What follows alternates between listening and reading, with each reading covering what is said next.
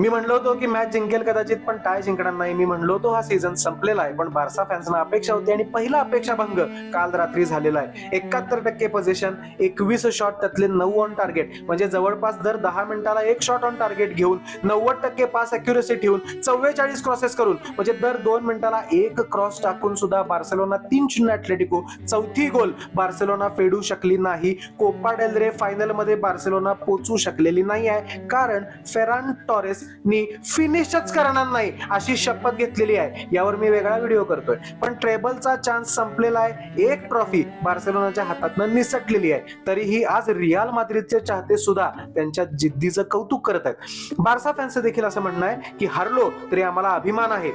पण माझं म्हणणं आहे की असं आणखी किती वर्ष चालणार? 11 वर्ष झाली तुमच्याकडे चॅम्पियन्स लीग नाही. या सीझनला ती अपेक्षा देखील तुम्ही ठेवू नका. मी सांगतोय कारण या टीमकडे संधी देणारी लोक आहेत, पण त्याचं सोनं करणारा माणूसच नाही आहे. त्या संधीची माती होत राहणार आहे आणि शेवट आम्ही कमनशिबी होतो, चांगलं खेळून हारलो शेवटी वगैरे हे बार्सा फॅन्सनी किती वर्ष बोलायचं आहे ह्याचा कधीतरी विचार करा, आत्मचिंतन करा.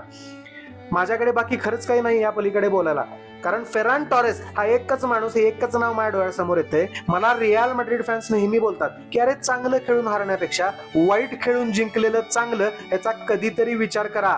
कारण इतिहास हा जिंकलेल्यांना लक्षात ठेवतो, हारलेल्यांना नाही. बार्सेलोना कोपा डेल रे मधनं बाहेर पडलेली आहे.